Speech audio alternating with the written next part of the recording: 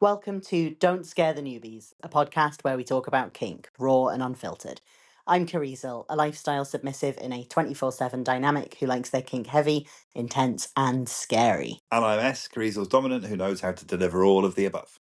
And today we are going to be talking about getting started in kink, joining a kink community, and why that's been fun and important for us. Sex Perverts Club! Woo!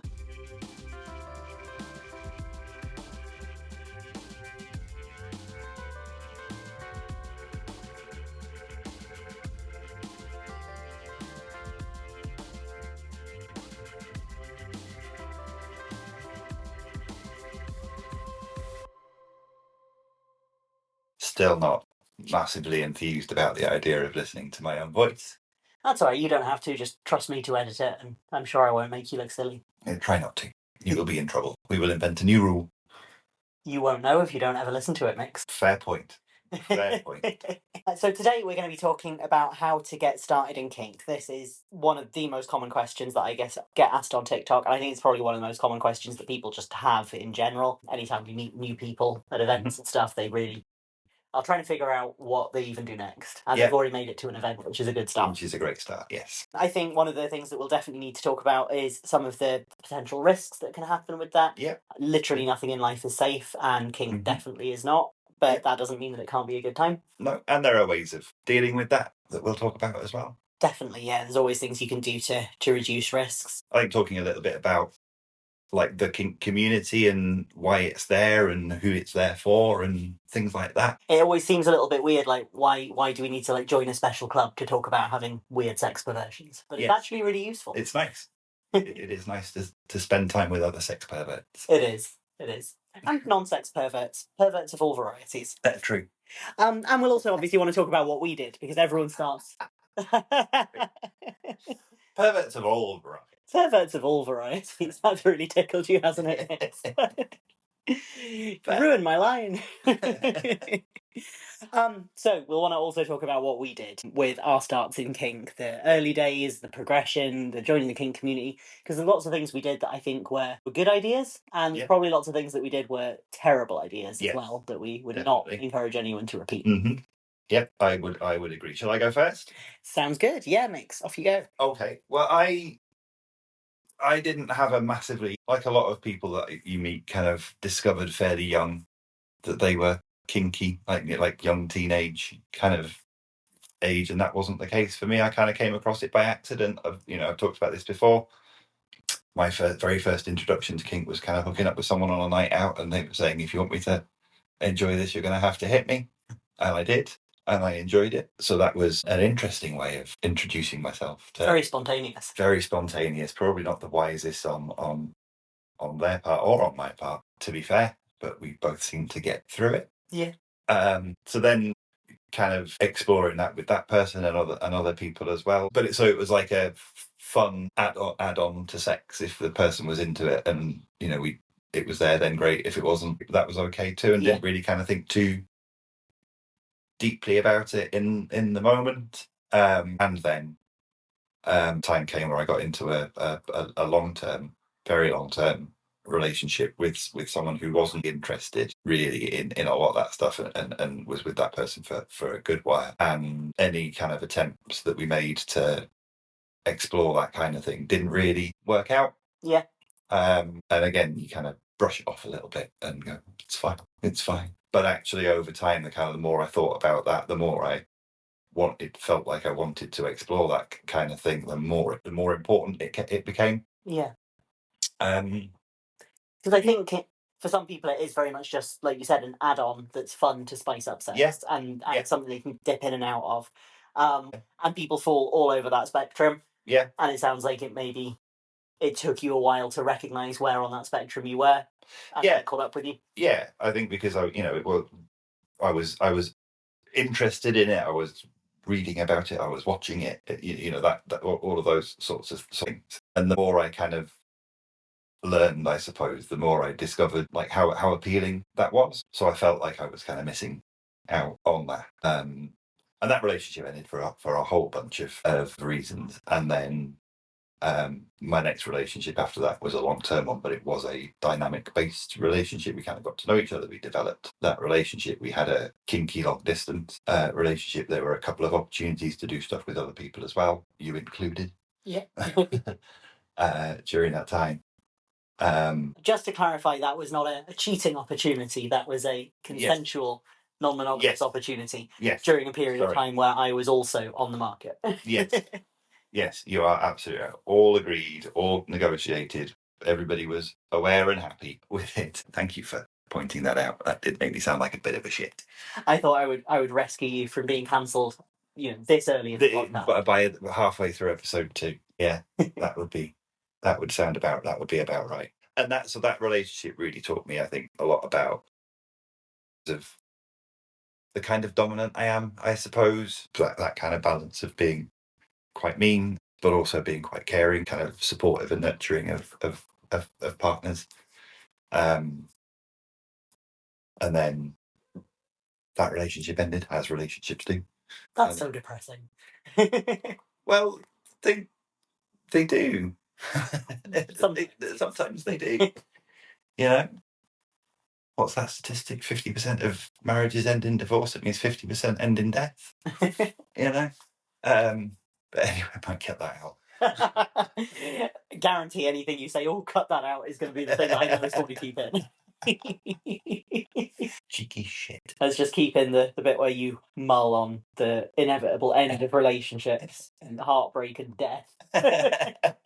Yeah, really good feel-good topic for a podcast. Absolutely. Yeah, that's going to draw people in. But really, I think for having had, over a fairly long period, a fairly extended period, having had some experience of kink, it wasn't really until getting into a relationship with you where I really started to push at what that meant. Yeah. And exploring whole new things. I had a good amount of experience of hitting people with thuddy stuff and making them bruise and brat wrangling and setting rules and structure and kind of dynamic and stuff like that. But meeting you opened up a whole other box of weird to explore, which I was aware of but hadn't really kind of thought about in any great detail. Going, oh, that's quite a lot, isn't it? So kind of the psychological stuff and the consensual non-consent type stuff, and discovering just how hard I can hit a person without you really can, without breaking them. Yeah. Turns out you are quite resilient. It's funny you mentioned brat wrangling, and you can see that that's a lot of what your kink experience is in the way that you write rules and the way that you write the contract. Yeah. Because it is loophole proof, and I am not a loophole seeker. Mm-hmm. If I spot one, I will point it out immediately. I don't try to get away with stuff. It's just not the type of submissive I am. Yeah. But you cannot help yourself. You've got to make sure those loopholes are closed, because you've known too many brats. Mm-hmm. Yeah, the judicious use of the phrase "for the avoidance of doubt," and to be fair, that comes from my job as well. I have a job where I have to write stuff like that, which basically means that the people I work with are massive brats as well. Fair. But it's funny with me, or I would say almost the opposite of a brat wrangler, because I'm not a brat, but you have brought out my cheeky side because you reward it with constant positive reinforcement. Yeah, by which you mean spanking. Yes. Yeah, I think so. And I think that's one of the great things about kink, isn't it? Because we had that conversation where you said you were not a brat. You were very obedient. You shared your first experience of kind of submission, or feeling submissive to someone. And you said, I want to obey. I want to be a good boy. I want to do what I'm told, kind of thing. But the way that I am has brought out that cheeky side of you, which was always there. You've always been, I imagine, kind of funny and cheeky and a bit silly. But in that context, it was new seeing it in a kink environment. Yeah, that's different. Which is really nice. Yeah, I think it's fun to be a little bit cheeky and a little bit silly. Too many people, I think, kind of have this view of DS or dominance and submission, or kind of master and slave type dynamics, and it's all very serious and very dark and very brooding. You can be sitting on the sofa watching telly, and it's still the same. So that's my experience of how I got into kink. I think it's fair to say you probably had a slightly different approach to it to me. Different, yes, but I think there's a common theme of it being sort of a little bit all over the place and a lot of not really knowing what you needed, which I definitely relate to, Mix. So I knew a lot younger than you. I had fantasies that I know in hindsight were kinky fantasies from as far back as I can remember, and we've obviously talked about this before as well, where those were kind of always a core part of me, but I didn't know what it meant. Dabbled a little bit with kink in my teens, and it just didn't really play out very well, and didn't feel like something I wanted to continue to explore at that time. And then I went through a long period of being really ashamed of the things that I was interested in, really afraid of acknowledging what I was interested in, but also not actually really knowing what it was that I wanted. Even if someone had magically taken all of that shame off me when I was in my 20s, I knew I wanted sex to be rougher and that I wanted to get hit, and I maybe wanted to bleed a little bit, that kind of stuff. But I had no fantasies about really most of the psychological stuff. I had fantasies about sexual violence, but not an understanding that could become part of a role play or part of an element of a dynamic. I didn't know about power dynamics, and even once I heard about them, they didn't appeal to me. I didn't find out that that's what I wanted until I started to experience it. So I started actually exploring kink a little bit in my a lot in my early 30s. I did a lot in about 3 weeks. I did almost everything I could think of. And had that experience that you touched on, where I found out how obedient I was, because I didn't even really think I was submissive. I thought I wanted to get hit, and that was about it. And you thought you were going to be a brat. I thought if there was any kind of power play going on, I would be a huge brat. Because I've always been very independent, very assertive. Don't react well to authority in any other context. And I'd organised my first proper kinky hookup with someone that I'd known for quite a few years at that point, who I knew that they're a switch, but that they were sort of exploring a dominant side and they wanted to dominate. And I was like, yeah, I'll give it a go. As long as I'm getting hit, I'll give it a go. And as they were on their way over to my flat, I remember thinking, I'm going to be such a handful. The first thing they tell me to do, I'm going to say, make me. All of this, rehearsing it in my head, how difficult I was going to be. And then they walked through the door and looked at me. And I'd known, like I said, I'd known this person for years and had never found them intimidating, never sort of felt that kind of spark between us, that dominance. And they just looked at me. I was like, oh no. They said, get on your knees. And I just folded, straight down. And I had no idea I had that in me at all until I was literally hitting the floor. Yeah, that's fair. That's hilarious. I love that. And you've seen that with me as well when I came here for the second time. The first time you didn't tell me to do anything. And then the second time when we got into the house, you said, go upstairs and get naked. And I literally just went straight up the stairs. Yeah.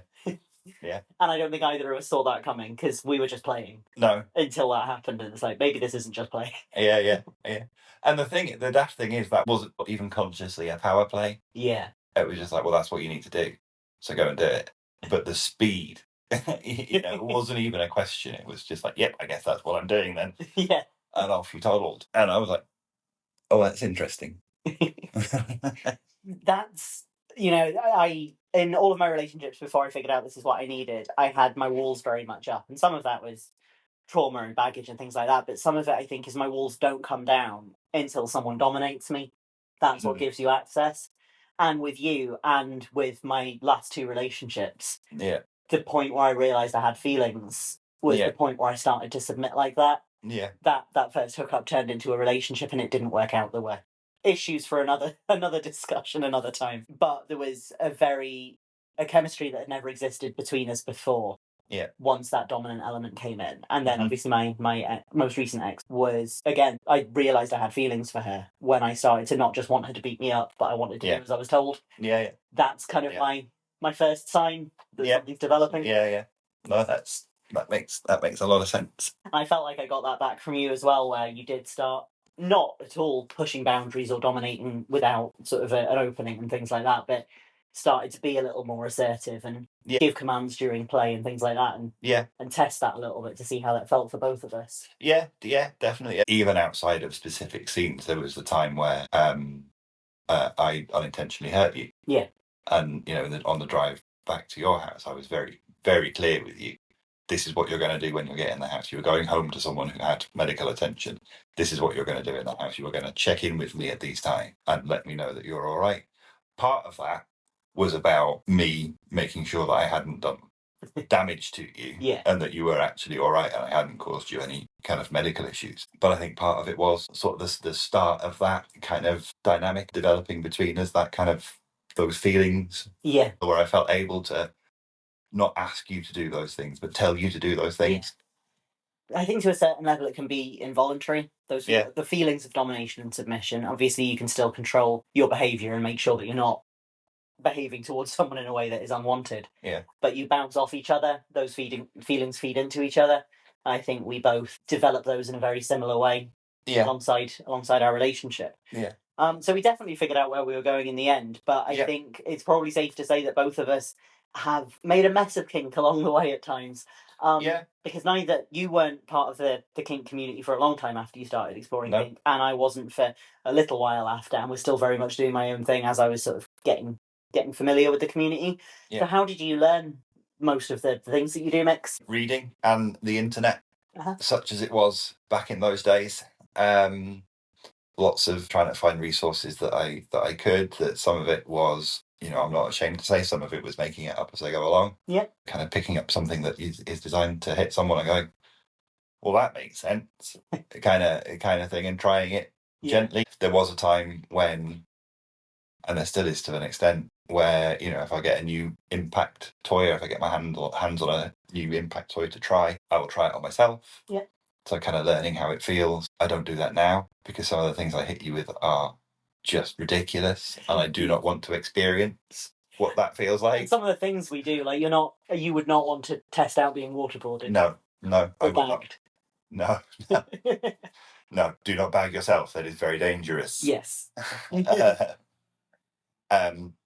But it was using the resources that were available to me. So Googling it, or kind of searching for it on the internet. Where everybody criticizes or has particular views about kind of websites like Tumblr and Reddit and things like that. But actually, if you're able to think critically about what you're reading, you can kind of get the stuff out of it that is useful. It's having that filter, isn't it? Because when people say I learned this from Reddit, I learned it from Tumblr, I learned it from TikTok, I learned it on Twitter, wherever it is. Yeah. Those are not what you're learning from. You're learning from human beings who are posting on social media. Yeah. So as long as you're decent at kind of vetting the human beings that you're learning from, looking at their posting history, look at like whether other people are agreeing or disagreeing with them. Starting to have things like upvotes, looking at that as part of the picture. Yeah. Then it's not necessarily a bad resource, it's just knowing how to use it. Yeah, and not relying on one source. Yeah. Which is inevitably harder to do, because when you're doing it on your own, if you haven't got that access to that community of actual people that you can have an actual conversation with, or kind of experience other people's way of doing things, then you are shooting in the dark a little bit about it, because there's always that thing in the back of your head going, but is this person right? Yeah. And that is true in real life as well, but being able to filter that out and kind of make some mistakes along the way. I don't think it's a bad thing to say that, kind of with most of the people that I have done kinky things with, something has gone slightly wrong at some point and you learn from it. I'm not perfect. Stuff goes wrong when we're doing things. And stuff goes wrong even if you learn in the most perfect ways possible. You could go to every workshop going, in the kink community for 20 years, and it takes sometimes a second for your attention span to slip, or one impulse decision that you look back on and go, that was really stupid. Yeah. Like, obviously the ideal is to try to avoid mistakes, and particularly to avoid some of the really dangerous mistakes that can happen with kink, but I think it's not always a natural thing for people to immediately seek out community. I think that can feel like a big barrier to a lot of people. And I will always say that kink community is really good and really important, but also kink community can be stressful and annoying. Like, there are, we'll get onto the risks, of course, but there are like predators that stalk kink communities. There are just dramas that blow up. You suddenly, you're new at your first munch and you find that you've picked a faction without knowing it. Things like that happen. People are sometimes just the biggest challenge, and I think it's completely understandable that people do sometimes take a long time to find kink community. You can know what you're doing without sometimes. Yeah, and it's terrifying. Yeah. It's absolutely terrifying, and add in that layer of either conscious or unconscious shame, I suppose. Even if you've got a fairly healthy relationship with kink, I suppose that idea of walking into a town centre pub, knowing that you're there to go and talk to other kinky sex perverts kind of thing. You're not going to do anything kinky or sexy in the pub, but just that mental block of when I walk into that space, I am exposing myself as a kinky person, and obviously that's okay because that's the space that you're walking into. It's just that mental block of, but I have to walk into the space and declare that to a group of people that I've never met before. Yeah, it's a lot, definitely. Once I started exploring kink, sort of apart from the kind of teenage experience, once I kind of got into it for real, I was very open to getting myself along to kink events, but this was just after the COVID lockdowns, and a lot of the events were only just starting to start up again. Yeah. And I still had some baggage to work through. I worked through a lot of my shame around kink, but not all of it. And I felt more comfortable talking about that with friends at first that I already knew well than going into a space with complete strangers. Yeah. And part of it as well was I needed to work through issues I had of, yes, I could accept my kinks, but there were other people's kinks that I was still really judgy about. Yeah. And that was a me issue, not a them issue. Yeah. But it was something that I had to kind of sit with for a while and unpack and make my peace with. Because if I'd walked into a munch and someone had come up to me and said something that I found like triggering or activating or just uncomfortable, my face has subtitles, I would not have made friends. So I needed to get my shit together on that front first. I did get into the community fairly quickly after I started exploring, but because I explored so much so fast, I had so many near misses. Like, the level of irresponsibility I showed, if a dominant did that, people would mistrust them for years. Yeah. And you kind of get away with it when you're a submissive because the only person whose life you're risking is yours. But like, in hindsight, I did some stupid stuff, and I did learn fairly quick. It didn't take many of those kind of mistakes for me to realize I needed to get my shit together and start like researching and learning. I joined FetLife quite early on and read everything I could get my hands on. I talked to a lot of people, but I would like play with strangers drunk, for example, which is so dangerous. I had a scene where I hooked up with two people, had a threesome, and was allowing one of them to choke me almost to the point of unconsciousness. Yeah. While we drank 2 litres of gin between three of us. That's absolutely not stupid. Wise. There's not one part of that was a good idea. And there was also no negotiation at all, including around aftercare. So I got really bad drop afterwards, and I'm lucky that all I got was drop. Really, but it was the worst drop I've ever had in my life. So even that was bad enough. And it was after that I started to realize like I need to learn. Yeah, I think I'd had this attitude that because I got a dominant very early on, not a great one. Yeah. I sort of had this kind of expectation that person would teach me everything I needed to know. Yeah. And actually, they didn't necessarily have the knowledge level to match the number of years experience that they had. Like, my perception of their knowledge was a lot higher, and their perception of their knowledge was a lot higher than it actually was. But also, they weren't there when I was hooking up with other people. It was obviously an open relationship, so I was doing my own thing a lot. They weren't necessarily asking for all the details of that. They weren't monitoring me. Like, there's only a certain amount of responsibility they actually had. They had a responsibility for their behaviour towards me, but not for any of the wild shit I was doing while unattended. Yep. In your defence, you were left unsupervised. I was, and that's not ideal. So there's a lot of stuff that I think I did right early on. I think my vetting with people was generally pretty spot on. Okay. Like, as far as like safety from predators and things like that, because of experiences I've had in the past. Yeah.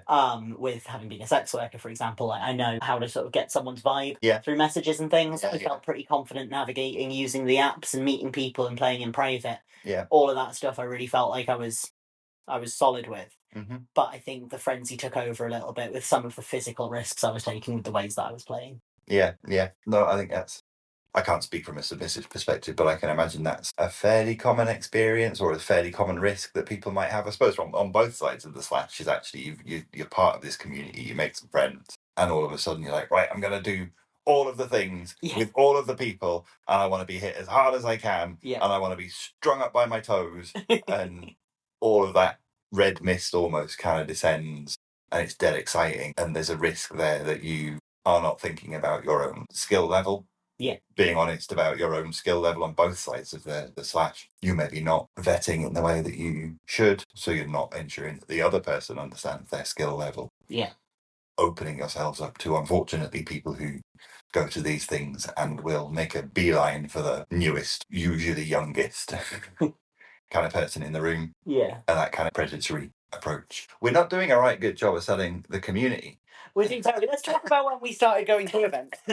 We had a lovely time, Nick. Yes. It was great. So I'd done a lot of stupid things, and you'd maybe done one or two stupid things, but we'd survived it, and so had everyone we played with. So we got away with it up to that. Yeah. So it wasn't very long after I started going absolutely fucking mental with Kink that I got myself along to my first munch. By that point, I'd done something that was very sensible, which is make friends with a few submissives. Mhm. I think Good idea. one of my top tips is always don't just use the kink community to find people to date, people to play with, people to hook up with.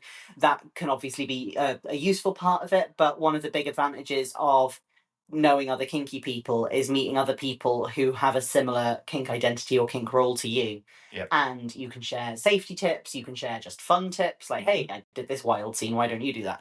And you can talk about things you're feeling, things like if you're experiencing that sort of frenzy that we were talking about, difficulties in relationships. You know, is it normal for my dominant to have given me a 40-page contract on the second date? No.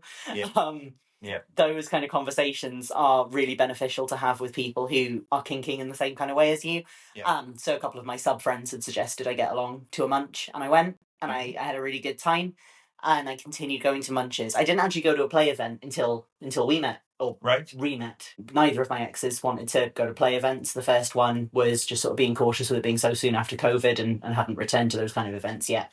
And then my most recent ex just didn't want to go to those kind of events. They didn't appeal to her. That's fair. So I'd only ever played either completely privately or at like private parties that I hosted, which only had people I knew there. But I did a lot of the social stuff. Got involved in Fet Life, made a lot of friends of all different kink identities, and learned a lot. But before we got together, I had about a year out of the kink community just because of some of the issues that I talked about. There was a period of time where there were dramas that I will not go into and a couple of really nasty situations that I also won't go into. But there was a lot of fear and a lot of conflict going on in various groups, and it just didn't feel like an enjoyable environment to be in for a while.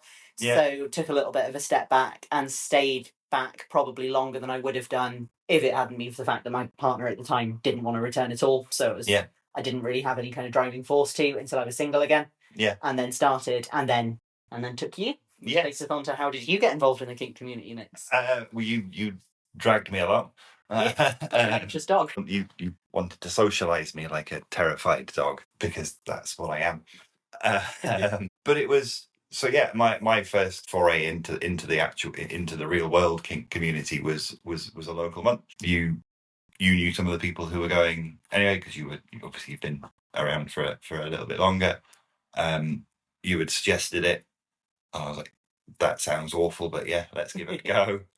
And this particular munch has a newbie half hour at the start where the hosts are in the place, and anyone who's never been to the munch before can kind of rock up half an hour early, say hello to the hosts, get themselves comfortable, which I think if all munches don't do it, they should. I think it's such a good idea. It's such a nice way of helping people kind of feel a little bit more at ease rather than walking into a room full of people that you don't know. You're walking into a room with two people that you don't know. It's a little bit less and with someone there kind of usually intimidating, facilitating a little bit. You know, the munch organisers there, they'll sort of encourage the newbies to chat to each other during the half hour. And just asking questions and being interested in it and having that opportunity for a conversation for it.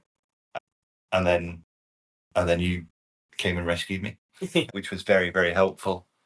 And it was really nice to just be in a room full of people who knew, if that makes sense, despite what I said earlier on, that mental block of declaring to a room full of people that you are kinky is a for me anyway is a really big deal. That kind of, it feels quite exposing.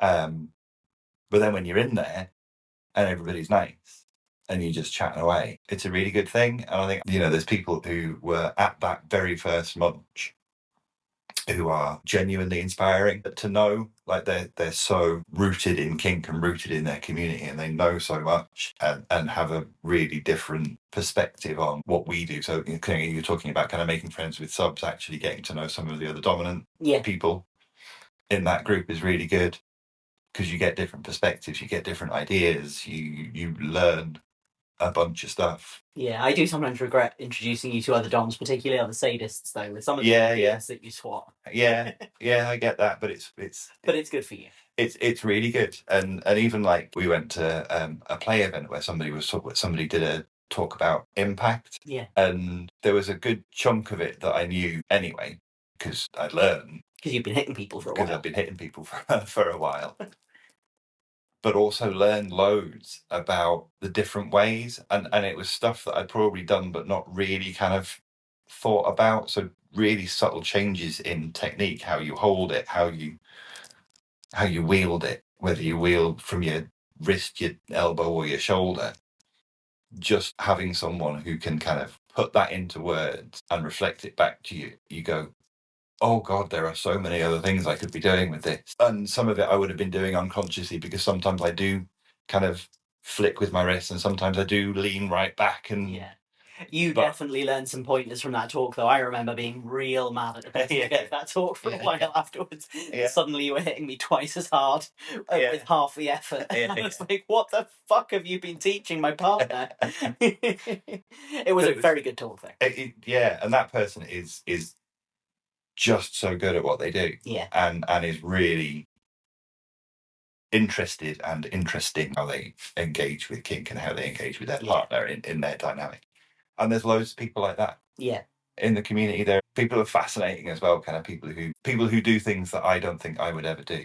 But hearing them talk about the things that they do is just amazing. Because it makes them really happy. So that was kind of going to munches. And I should probably say at this point, after we've talked about munches for a long time, for anyone who doesn't know what a munch is, they are social events for kinky. Mix is cringing to death over here because they feel like they've done something wrong, but I let the ramble go on. I encourage the ramble and contribute to the ramble. But because we are accessible to newbies, a munch is a social for kinky people. So they tend to happen in pubs, in bars, in restaurants, in cafes, any kind of just sort of normal social space. So generally there won't be anything kinky going on there. There might be some kinky conversations depending on how private the area that people are sitting in is and how close other people are. But a lot of the time people will just talk about like their interests and stuff as well. And it's a great way to make friends, get established in the community, and for people who are wanting to go to play events that might have sort of vetting requirements or need you to have been to a certain number of events before they want you to attend, the munch is kind of your entry into that world as well. But yes, I'm glad that you had a good time at your first munch, because I remember how nervous you were. And I was quite nervous at mine, but I am generally more of a social person than you, and I did know a couple of people who were going to be there, which helps. But it was very nerve-wracking and quite tiring. For someone whose social battery does not perform particularly well. But they're a really good way of getting started. I think they're a kind of a relatively low pressure way of doing it. I think for me that was the right place to start, because alongside munches you have obviously specific play events. Where actual kinky play happens. I think if that had been my first opportunity to encounter the community, I don't think I would have been able to. I don't think I would have been able to do it. Going to my first play event was nerve-wracking as well, but at least I knew you. I knew 3 or 4 other people because I'd met them at the munch. It made it a lot easier. And there are, as we've touched on, a few different kinds of events that happen in the kink community. So there are the munches, there are play events at various levels. So there are ones that you can literally go to as your first event if you're feeling really confident. And there's others that are more vetted. So they'll either require you to have been to munches, they'll require you to have been to some of the non-vetted play events, and some where you really have to be really known and they know exactly what you're about before you'll get into them, that are a little bit more exclusive because they're maybe a little bit heavier. And outside of that, there's a lot of events that happen around activities as well. So we've been to a craft munch before. There's a board games munch that runs locally. There's like various places around the country you'll hear about, like either a slosh or a kinky drinky is what they tend to be called. So it's like a night out for kinky people. Obviously you can drink at a munch as well, but generally it's expected that you're not going to get wasted. Where if you go to something called a slosh, you kind of know what you're signing up for. Life drawing events. Loads of really good rope kind of events as well, and by people who clearly know a lot about what they do and have got a real passion for it. And like educational events in general, sort of workshops and training and classes. We've been to a few talks that happened alongside a play event, but we've only been to workshops online so far. Online events happen as well. There are like online munches that people do, and a lot of classes and workshops available online. Like literally people from all over the world doing this stuff over Zoom, teaching you incredible things. And you can sit on your couch and smoke while you watch. It's amazing. And I think that would have been so much more helpful, like when I was learning as well, is having better access to, because I wouldn't have been able to, I don't think I would have had the confidence to walk into a physical space to do it. So being able to kind of access some of the stuff that, a group of people called Let It Rain do online are just incredible. On such a broad range of topics as well. I think that would have been a really helpful thing, and is a really helpful thing for people starting out. To learn some basics and learn some safety and learn some risk management and get inspired. Go, well, crikey, that looks like fun. Let's do that. So we have touched a little bit on some of these risks, but I think it is really important to talk about the risks that there can be for new people or for any people entering the kink community. I think when you're new, it can be that feeling you talked about of being like seen, being able to be open, feels so good that you can almost sort of want to adopt everyone at your first munch as your new family straight away, and people can be very trusting early on. And unfortunately, humans are humans, and humans are sometimes shitty, and that's not always the best. Predators do tend to circle around the kink community. There's a few things that can make it quite a good hunting ground for them, for want of a better term. The kink community runs a lot on anonymity and privacy, so you can come in using a fake name and not wanting to tell anyone where you live or work, and it's not seen as suspicious at all. And nor should it be, but it does give people a cover if they've got a bad reputation elsewhere. People do perceive the kink community as a place where people are very sort of sexually liberated and open, and then they might think of them more with terms like easy. Not accurate at all, to be honest. In many ways, the kink community can actually be quite, I think, reserved around sex, because there's so many other things we can do instead. There's often people in the kink community are a little bit more guarded with their sexuality, but it's that perception that attracts the predators. And people can be quite vulnerable when they're exploring power exchange, and they are rewriting the rules of consent to suit their needs, and they are rewriting how relationships should work and where control should sit. Again, it can make it quite easy for people to be preyed on. Now, I wish I had a special tip to tell you how to avoid being targeted by a predator, but if I had that, I would have already shared it and the world would be a much better place. That's not how it works. We would be millionaires. Billionaires. Billionaires. Very unethical, but nice. Unfortunately, there isn't a magic cure to being targeted by predators, so all I can suggest is I think people just need to slow down before making decisions is probably the big one, and asking around for people's reputation, and if something seems too good to be true, it probably is. Kind of guarding your privacy and your safety before just assuming that anyone who's being nice to you is trustworthy. I think that's fair to say. Yeah, I think so. I think especially if you're entering as someone who is completely new to kink, or kind of taking your time to get to know people and asking questions and being not in an interrogative way, in an inquisitive way, kind of getting to know people, asking questions about what they do, how they do it. Where they learn to do it. Because often the answer may be, I figured it out as I went along and made loads of mistakes, but now I'm all right at it. That's not necessarily a wrong answer. But a lack of transparency around it is. So if people are defensive and they don't want to tell you how they've learned, that to me is always a red flag. I think as well, paying attention to if people are trying to isolate you from the rest of the community. So it's absolutely fair to warn people about some of the risks that come with community, like we've been doing. Or even to say, I personally don't go to that event because I don't get on with the organiser. People are people. We're going to have opinions like that. But if someone is just discouraging you from going to any events, if they are trying to say you should only go to events that they run, trying to get you into sort of private group chats and things like that are just with them and their friends, telling you not to trust anybody in the kink community rather than just a couple of specific people that they're concerned about, those kind of things can be red flags. Yeah, and it's a good opportunity again to ask around and kind of, if you do get to the point where you're planning on spending time with a person or doing some play or a scene with a person, asking who else they've played with.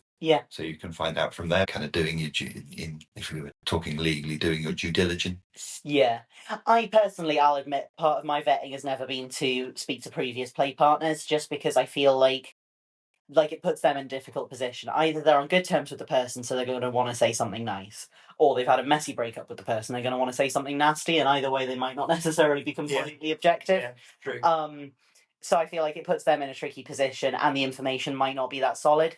But if it's part of a wider vetting process, a lot of people do find it helpful, and I'm not saying not to do it. It just always feels a bit uncomfy for me. So Yeah. I go a lot more on gut feeling and asking a lot of questions to the person that I'm going to play with. Themselves, yeah. And just safety checks as well. So back when I was single and I was hooking up with people, I did quite often go to other people's houses to play with them. I came to your house to play with you. Yes, you did. Barely knowing you at all. Yeah. So if I was going to someone else's house, I would leave their address with a friend and let them know that they should expect to hear from me within a couple of hours and where to find me if they did not. I didn't actually do that with you because I'd met you once before and I had good vibes, but that is true. But at that time you had been to my flat and I did have a safety call arranged. Someone did know who was there and when they were expected to be leaving. Very smart. Yeah. Very smart. Very wise. Yes. Mm-hmm. No, because I remember I was pulling up to your flat that first time you came back here. And I was like, oh God, I need to tell them where they're going so they can tell someone so that they don't, in case they get murdered. And I sent you my address literally as I was pulling up. I had pulled up to your flat. And I was like, it's probably a little bit late to be doing that, but it would have been fine. If I had been wanting to arrange a safety call with someone on that trip, I could have texted them the address. But what actually happened was I looked at it and went, you're a neighbour of my ex-girlfriend's parents. Literally the same street. They are 2 minutes down the road. I am just shagging my way through this village. Yes, you are. Big old slut. Yep. So that's a little bit about predators, and we'll probably have future episodes where we talk a lot about vetting and negotiation and a lot of the other stuff you can do, but mainly just having other people around you who can sense check some of the decisions is probably the best way to go. Frenzy is another risk, and we have just talked about that quite a bit, but it does affect DOMs as much as subs and people who might not identify with either of those labels. The general risk of discovering something new, maybe something you've been repressing for a lot of years, or you've been trying to explore but haven't had a community and haven't had anyone to really explore it with, and then you suddenly, it's like you've got this whole toy box open in front of you. People go a bit crazy. And I don't necessarily think frenzy's always a bad thing, as long as you are self-aware about it and apply some safety measures to it. Yeah. It can happen even when you're not new. I find, like, in a new relationship, I get frenzy. When we discover a new kink, I get a bit frenzy. Yeah, I want to do it all the time. Yeah. Yeah. When we first discovered bimbofication, I was just in a constant state of, like, horny subspace. Yeah. And even just putting on my makeup in the morning would send me absolutely feral. And it still does something to me. I settle down the more we've got into it, but the frenzy can come just with a change in the dynamic like that. Yeah. And it's fun to play with, as long as you're safe. Yeah, you're right, because you read stuff about sub frenzy or dom frenzy on FetLife, or you talk about it at lunches, and kind of it's always in that slightly negative way. Actually, it's okay to be really excited, and want to try new things with new people, because you've finally found this group of people who are into some of the same stuff as you are. It's okay to want to really explore that. I think the key is, like you say, being aware of that, but also I think kind of recognizing your own limits. Yeah. A little bit. No, and I don't mean limits in terms of hard limits and soft limits. I mean like technical. Like, if you're a dom and you're new to impact, don't pick up the biggest flogger straight away, kind of thing, because that's there is a skill to it. Or even if you're using a cane or a little paddle or whatever, there is a little bit of skill required to that, little bit of thought required to that. So going at the pace of your own ability and checking in about the ability of other people that you're playing with as well. Because I think it's interesting, you do have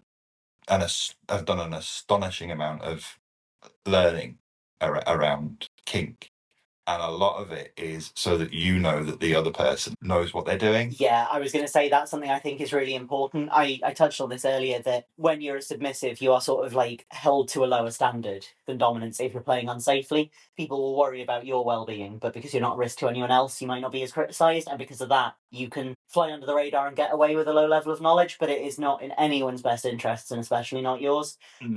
I figured out quite early on that I needed to know a lot about risk and proper technique so that I could identify whether something was going wrong in a scene before I got injured rather than after. And there's been times where that has probably saved me from really nasty injuries. Yeah. There have been people I've played with who were hitting me in unsafe areas of my body really hard, and nothing happened, but if I'd let them continue, it probably would have done. There have been times, even playing with really experienced people, where I just spot a little slip in technique that's starting to go the wrong way. Yeah. I think I've done it with you a couple of times. You have. You're hitting a little bit like too high up on the butt, for example. Yeah. It's not ever been to a level where it's a problem, but if I can spot it straight away, it's protecting me and it's protecting you.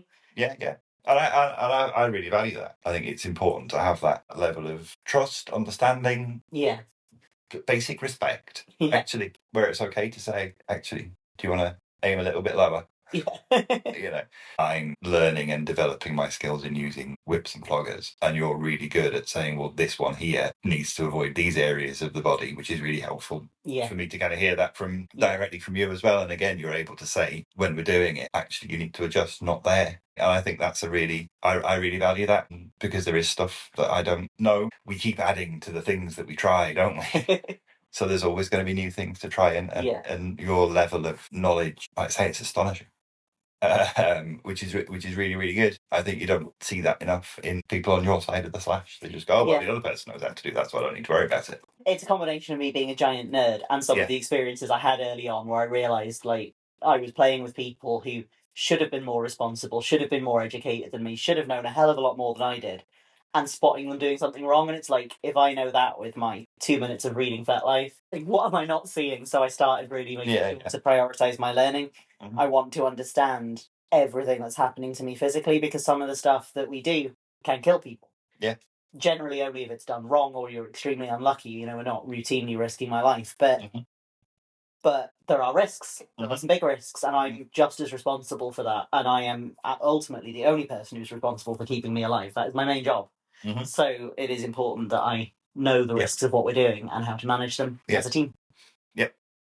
You're very smart. Very wise. Very wise, yes. Something else that I think is important to be aware of is not one that I am ever concerned about, because I am the most open person on the planet, but most people who are involved in kink are at least some level of private about it. Whether that is not wanting anyone outside of the kink community to know, maybe they don't want their co-workers to know, they don't want their family to know. It might literally only be that there's one person who they wouldn't want to find out. There's just one person that they think is going to react really badly. Whatever your level of privacy is, the risk of becoming part of a community is the risk of getting outed. The more personal information you share with people in that community, the more that risk goes. So if you are wanting to protect your privacy, things like only using a first name or having sort of a name that you only use within the kink community can be a good way of doing that. Generally avoiding telling people where you work, avoid telling people too specifically where you live. You might want to give a general area so that you know what events you're near, but not giving people your address unless you really know and trust them. And bearing in mind that even if you really get to know and trust people really, really well, sometimes those relationships break down, and most people, you would hope, would have the ethics not to then turn against someone to that degree, but you can't guarantee it. So protecting your privacy as much as feels reasonable for you, I would say, is a good tip. And we have a different approach to that. Yeah. Don't we? Like you say, you were very, very open about it. Obviously, you talk on TikTok a lot. You do stuff like this. Yeah. You write an excellent blog. You the people that you work with are a lot of the people that you work with are aware of your kinkiness. I'm fully out, but I am still quite cautious. Yeah. So no one on the scene knows where I'm employed. No. And I think only one person on the scene knows our address. Yeah. Two people that you or we have played with. Yeah. No, that's fair. Yeah, that's true. Yeah. So even with me being fully out, if there's not a need to expose yourself unnecessarily, why do it? Why give people any kind of level of access that you don't have to, if you're safer for not? Yeah, no, that's fair. Whereas I think I'm a little bit more guarded I am more guarded about it.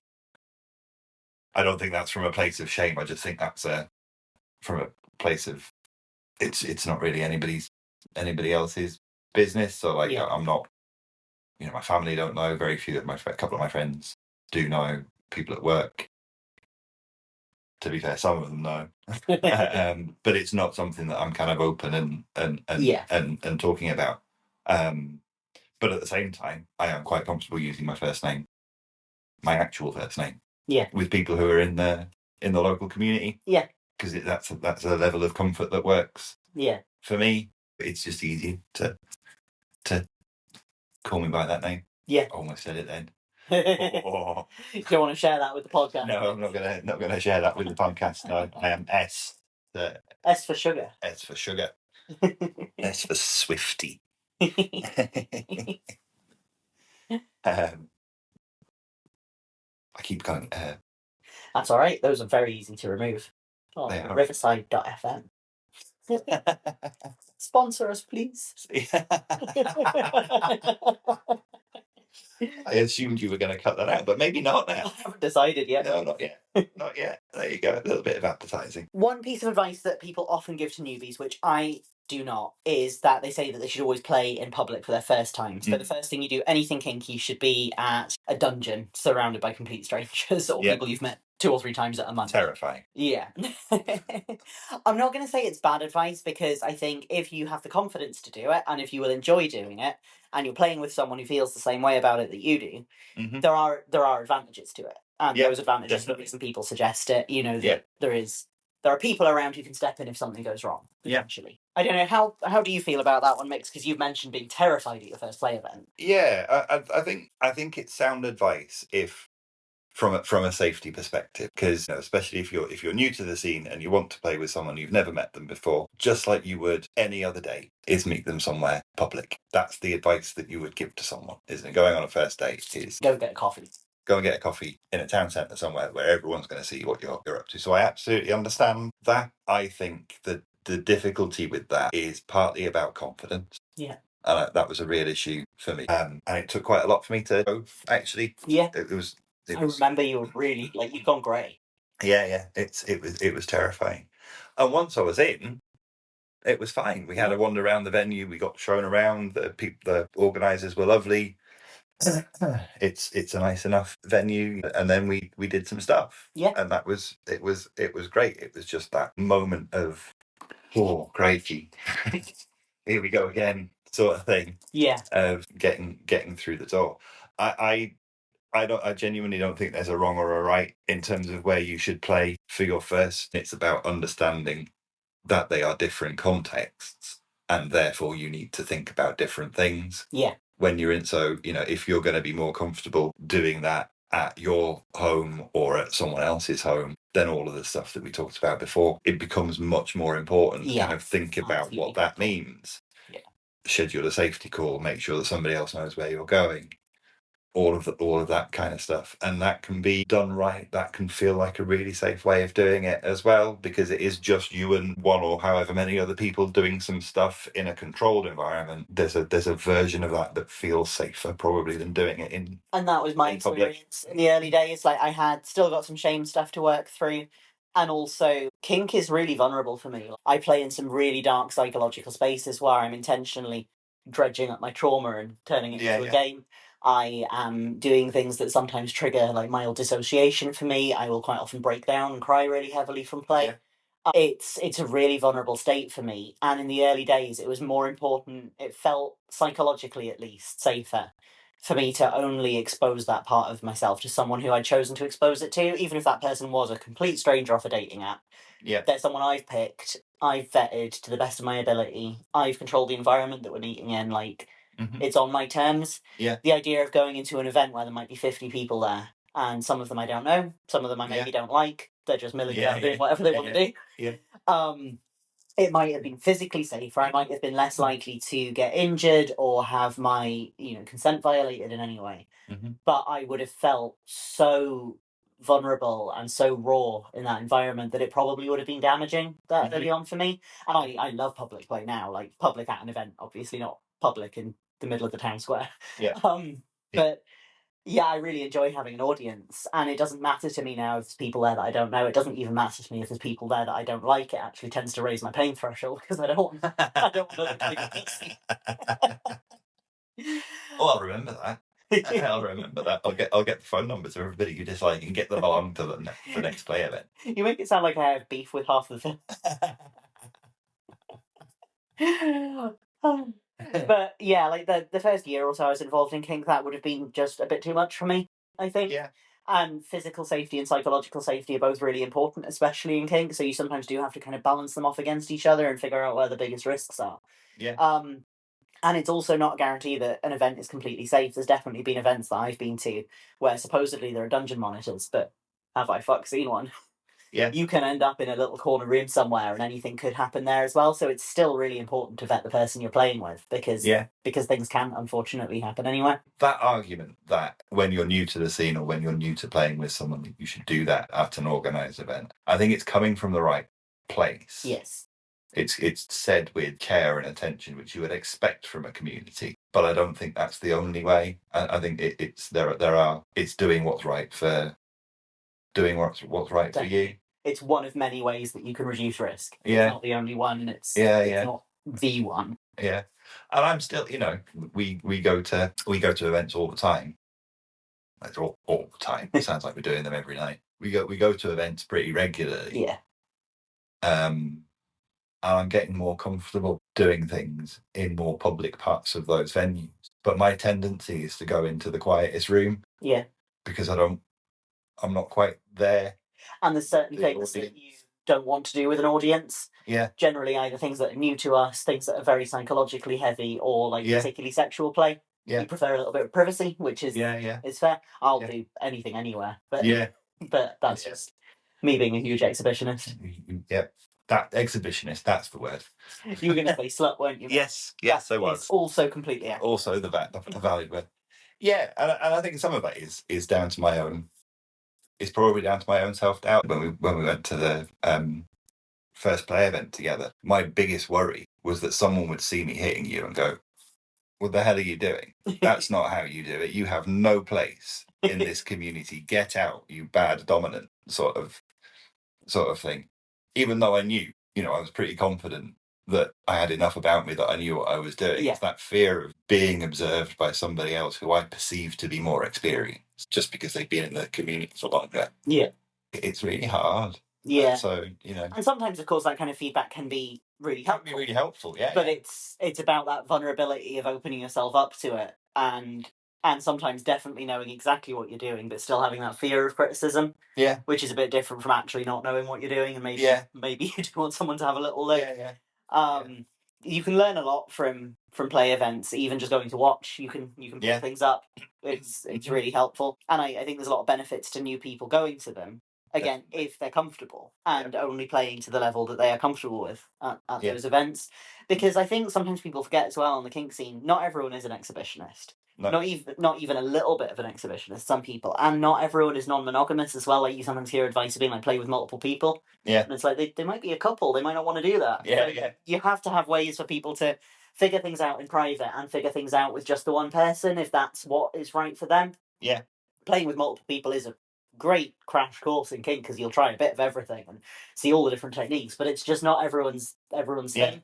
Yeah. No, you're right. And I suppose it's worth thinking then about kind of the different approaches to play at events. So we tend to go along to events with a bit of a plan.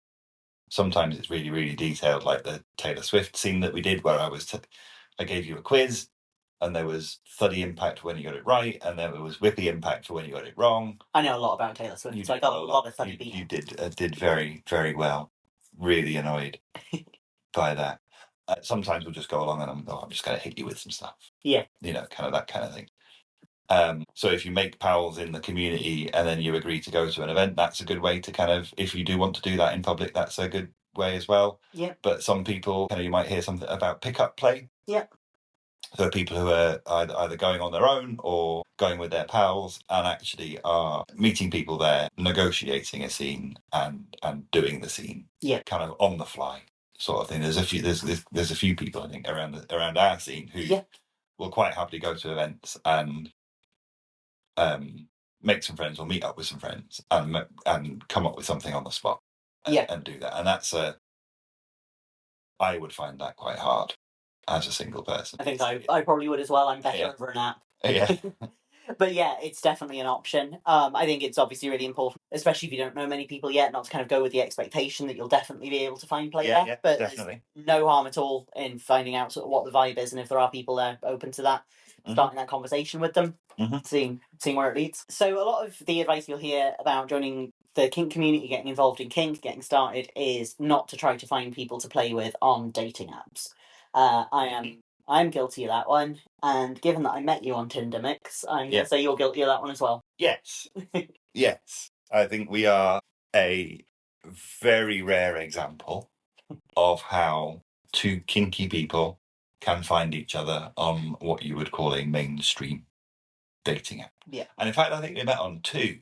We did, yeah. We met on Tinder, and we met on OkCupid. Yes. At different times. I can't remember which order. It was Tinder first. So in 2021, we met for a hookup off Tinder. Mix. Yeah. You are still the only person that I met off Tinder. It was a complete waste of time. I met a lot of people, but not off Tinder. Right. Everyone who matched with me on Tinder just seemed to want endless small talk back and forward forever. And then if you suggested actually meeting in person and getting your genitals out, they would unmatch you.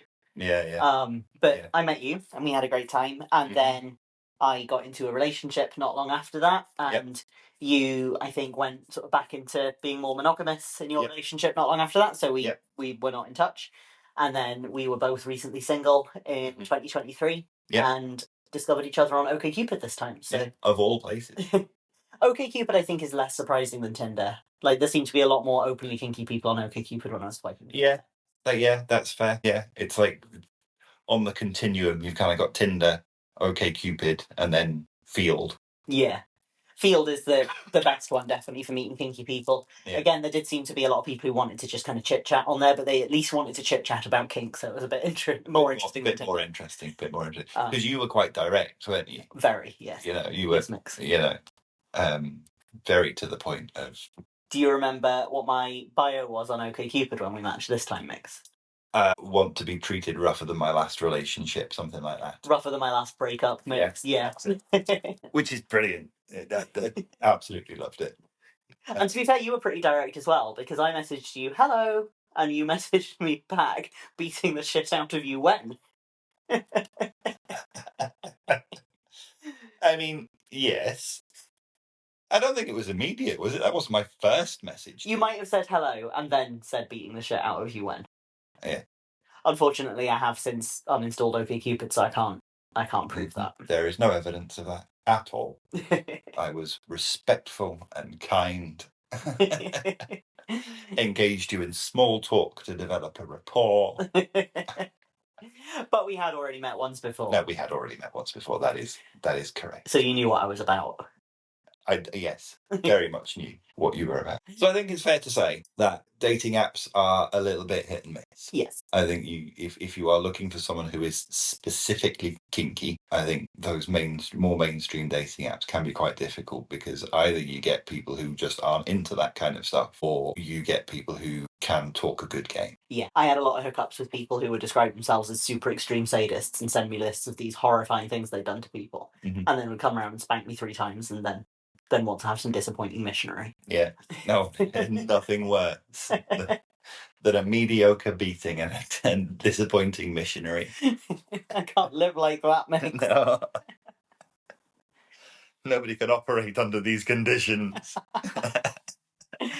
But there is a social media site that might help people make kinky connections in their community. Yes, though it is not a dating site, and trying to use it as one will lead to disaster and embarrassment generally. That is true. We are, of course, talking about FetLife, which is basically kinky Facebook. Yes. And there are people who meet partners on there, but generally it's more useful for finding places to interact with other humans in real life, such as a lunch, and then making some friends, and then potentially dating one of your friends. Who knows? Who knows? And I think that's been one of the really great things about being more active in the community is FetLife just shows you where all of the events are. Yeah. You know, that is the place where the events are advertised, is on FetLife. There are people who literally just use it for that. Yeah. So it's a really good way of getting to find out what's happening in your local area or your not so local area. And how much you use it, much like Facebook, is completely up to you. So you could just have a completely blank profile that you use to look for adverts for events. Events that have sort of a vetting process may not accept you if you've got a completely blank profile, but for things like munches, you don't have to post a single thing about yourself on there. If you do want to use it a little bit more like social media, you still don't have to put your face picture up. You don't have to put any kind of identifying information in it. You can use a nickname and some kind of just random image to represent you, or a picture of your body without your face, and use it to just add your friends, privacy settings all the way up to maximum, and have a nice time. Yeah. Or you can use it, more like a public Instagram, and just post every thought that comes into your head publicly, every picture of all of your holes 5 times a day. Yeah. Full government name on it. I wouldn't recommend that. You can post as much as you want to. You can share as much or as little as you want to, and use it in a way that's helpful for you. But it's got a lot of groups as well, which is good for finding out just general. A lot of the learning I've got has been through reading through threads on FetLife groups. And things linked from those. People do like blog writing on there, and you can learn a lot from that. You will see some pictures of some absolutely wild stuff, and if you're anything like me, you'll just be making a checklist in your head of all the stuff you want to try. But sometimes you'll see some stuff you don't like as well, but that's all part of the learning as well, is that sort of exposure to not just helping you to accept people more and be more open-minded, but also helping you accept yourself more, because you can sit alone in your house thinking, I am the most disgusting pervert who's ever lived. I am fantasizing about things no other person has ever fantasized about. I have done things no other person has ever done. I am so extreme and so hardcore. And then you log into FetLife and there's someone getting a skewer driven through their left tit, and it's like, you know what? Actually, I'm really vanilla. You win. I'm not competing. And it's good. Everyone can kind of then chill. It's like, we're all here for the same reasons. It's not a competition. No one's the weirdest. No one's the most fucked up. We're all just doing our own thing, and it's nice. It's nice to have that exposure. Yeah, and like all good social media sites in the world, it has its downsides as well. Like, and kind of, we've mentioned a couple of times, it's like kinky Facebook, and you kind of take that on board as well in the way that some people behave on there. But generally speaking, it is. I found it an incredibly helpful thing to kind of get inspired by, to learn from, get different perspectives, see hot people doing really hot shit. It's a really good idea. The best social media, I would say. And no algorithm either. That if there is one thing that people take away from this, is that FetLife doesn't have an algorithm. They've started. It's optional, but they've got that. Oh, they got that disordered feed thing. Bubble up thing. And there's kinky and popular, but I don't think anyone actually looks at that. No. So generally you've got a chronological feed, which is what we like. Yeah. We're showing our age a little bit, aren't we? Because we can probably both remember when Facebook was a chronological feed. Well, Facebook was, Twitter was, Instagram was, Tumblr was, everything was. Yeah. It was so good. It was a better time. Yeah. Simpler time. Something I would suggest with FetLife is, if you are any of the following using FetLife: young, female, or perceived as female by others, submissive, attractive to anyone ever. Think about privacy settings, even if you're generally quite an open person, just because your inbox and your comments and your notifications in general will turn into absolute carnage in about 5 minutes flat. I used to basically fly under the radar on FetLife for a long time, because I was very androgynous presenting, and then we started getting into bimbofication at the beginning of this year, and just a little bit of makeup and a push-up bra, and suddenly it is like I have just I don't even know how to describe them. Men are not sending their best people to my FetLife page. Not their strongest representatives. It's such a good way to put it. And it is one of those things where I sometimes worry about getting old and stuff like that, and not being massively attractive. But there are some perks to being a middle-aged, alright looking, male looking person. You do have a quieter internet existence. I do, yes. yeah. And I almost had that. I almost had that. Like a few months ago, I was generally getting read, unless I got my pants off, I was getting read as male. Yeah. And I was not making much effort with my appearance, and I was well on the way to middle-aged, especially once I started needing to wear glasses. Yeah. And then you were like, hey, how about I dress you up like a huge slut and get you to tag all of your pictures as bimbo? And it's like, oh, my notifications! My notifications! Yeah. I came along and said, get your tits out, get some makeup on. And I'm having fun with it, and it is nice feeling hot. But sometimes I wish I could just, like, selectively turn people's eyes off. Like, I want to be hot, but I don't want to be perceived by all of them. Like the person at the event we went to recently, where they were avoiding contact with their dominant, and what they were doing was putting their hands in front of their eyes. Yes, that was incredible. the best malicious compliance of a no eye contact rule that I've ever seen in my life. Absolutely amazing. Skills. Shout out to that person.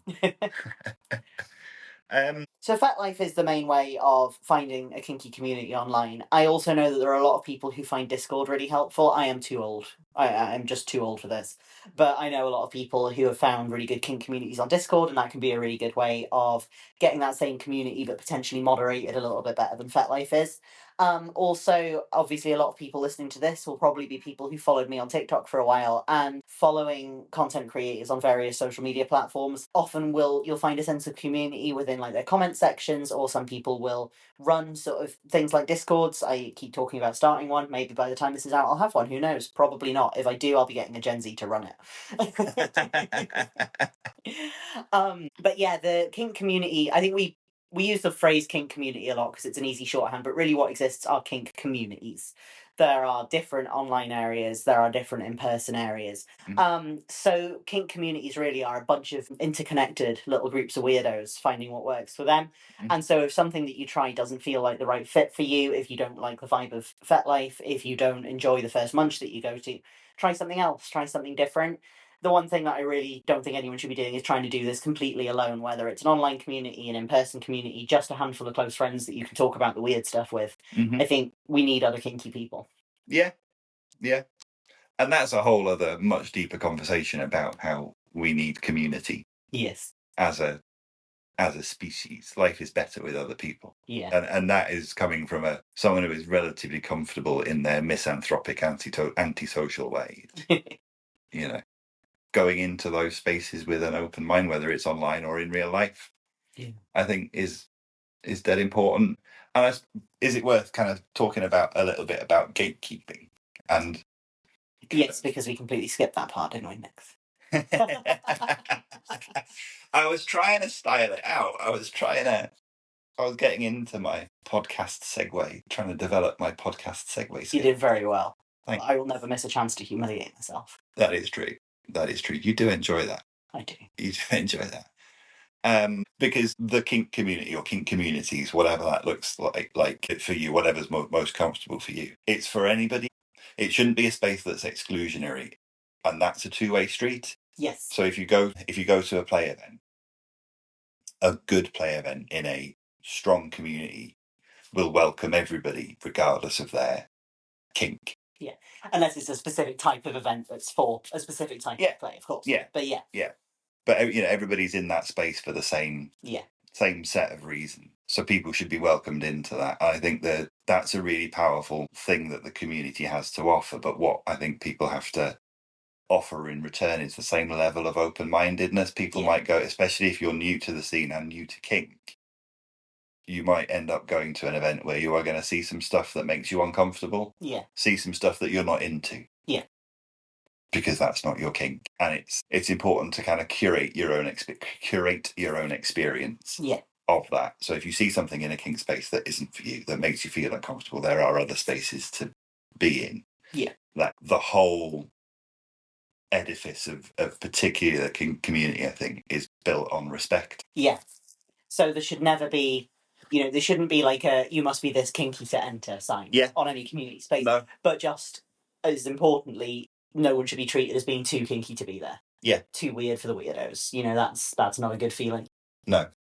I think you've kind of had some of those feelings. Yeah, I had that fear at least. I don't think it's been very rare that I've really encountered anyone responding to me in that way, but it was my big fear coming into the kink community.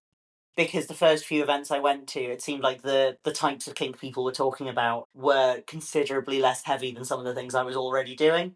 And that is absolutely fine, of course, because I was doing some pretty unhinged stuff even really early on. But because that's all I saw for a while, I started to worry that maybe I was too weird to be there. Yeah. Too kinky to be there. Like, even among the other perverts, I'm the biggest pervert. And then, like I mentioned, you get on FetLife and you see that you're not even close to competing with the biggest perverts. Most of us, almost all of us, are somewhere very in the middle.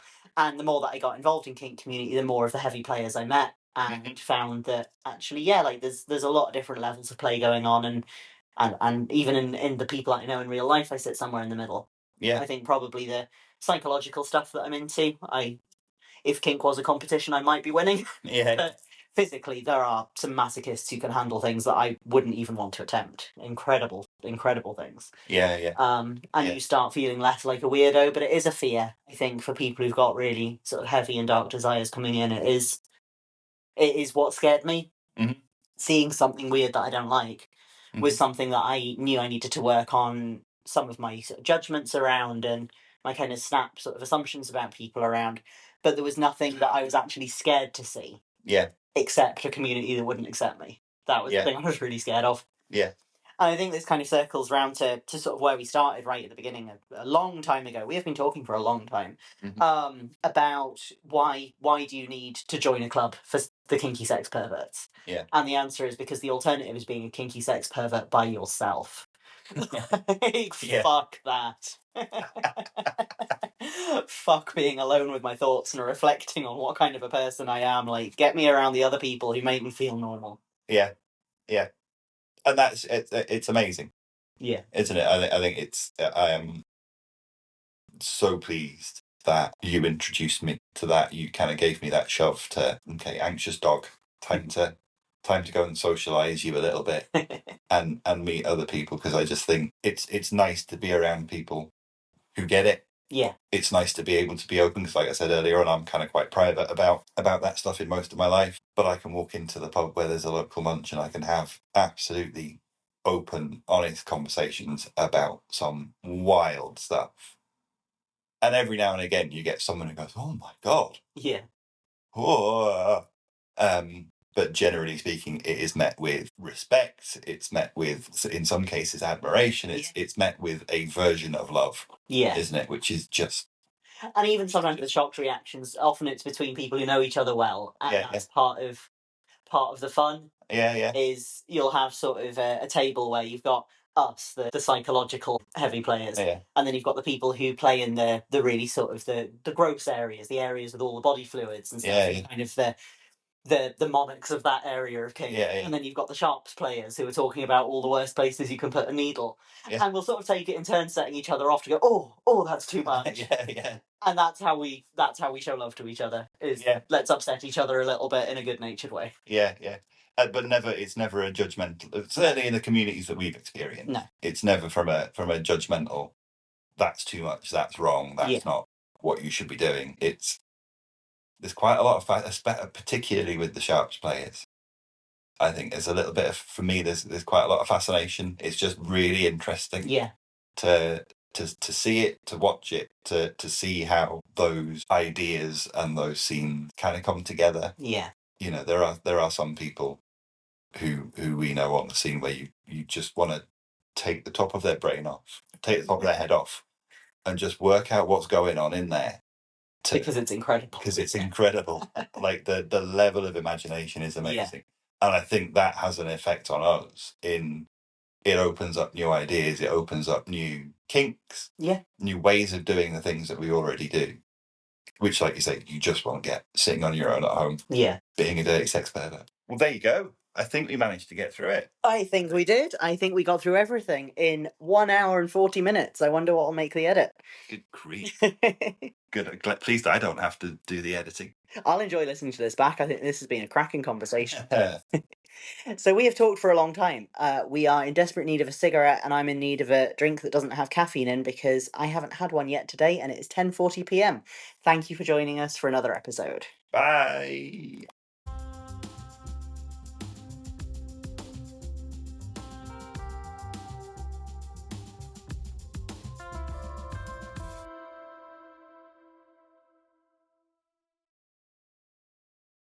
Thanks for listening to this week's episode of Don't Scare the Newbies. You can support us on Patreon for bonus content, and head to kirizal.com for my blog and links to everywhere else that you can follow me. See you next time.